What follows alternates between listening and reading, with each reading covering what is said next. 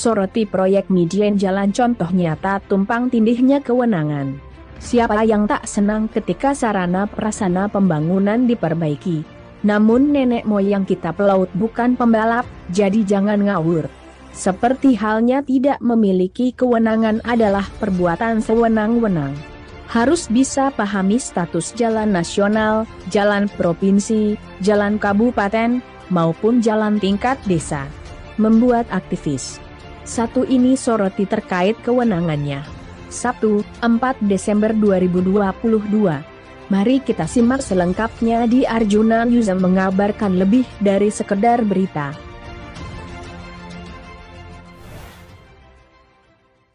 Nah, jadi hari ini kita ingin memastikan terkait kegiatan median jalan. Kebetulan kita berada di dekat papan nama. Ini proyeknya milik Dinas Perhubungan Situbondo.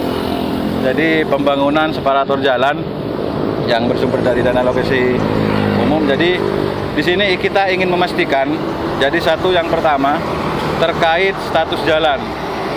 Yang kedua terkait kewenangan Disub, kenapa menjadi dinas yang kebetulan melakukan pekerjaan tersebut.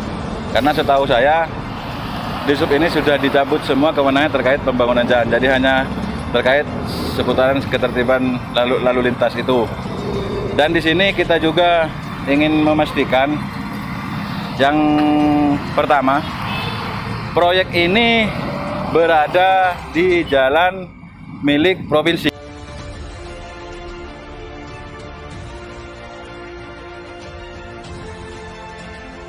Jadi kira-kira hampir 2 km lah. Makanya itu yang ingin kita sampaikan di sini. Kita juga ingin memastikan bahwasanya pemerintah Kabupaten Situbondo itu tidak keluar dari regulasi atau aturan yang ada. Kita bukan hanya ingin bicara terkait belanja saja. Jadi di sini juga masih ada yang namanya keranjang belanja. Jadi siapa nanti yang akan mencatat terkait kegiatan ini? Jadi itu poinnya. Karena ini kan juga ada pembelakuannya sampai 1 tahun. Jadi setahu saya proyek yang namanya status jalan, misal jalan itu milik nasional ataupun jalan provinsi, yang bisa melakukan pembangunan atau bongkar pasang di daerah tersebut itu berarti kewenangan provinsi atau kewenangan di tingkat nasional. Jadi tergantung status jalannya tersebut. Dan setahu saya jalan ini jalan provinsi. Jadi itu yang saya tanya, kenapa dalam pekerjaan ini malah yang melakukan pembangunan itu adalah Dinas Perhubungan Kabupaten Situbondo.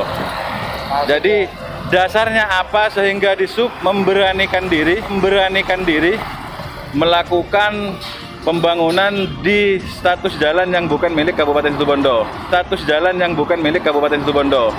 Terus terkait pencatatan, jadi kita bicara tentang keranjang belanja. Jadi hal-hal apa yang sudah kita anggaran pengelolaan belanja daerah kita dijadikan apapun itu pasti tercatat. Nah, ketika kita melakukan pembangunan di jalan yang bukan milik pemerintah kabupaten, ini nanti akan tercatat di mana dan siapa yang akan bertanggung jawab terkait pekerjaan ini, misal ada masalah di kemudian hari. Jadi itu, Mas.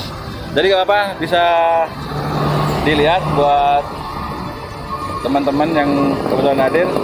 Jadi jalannya ini berawal dari lampu merah sampai ke di depan Bank Jatim.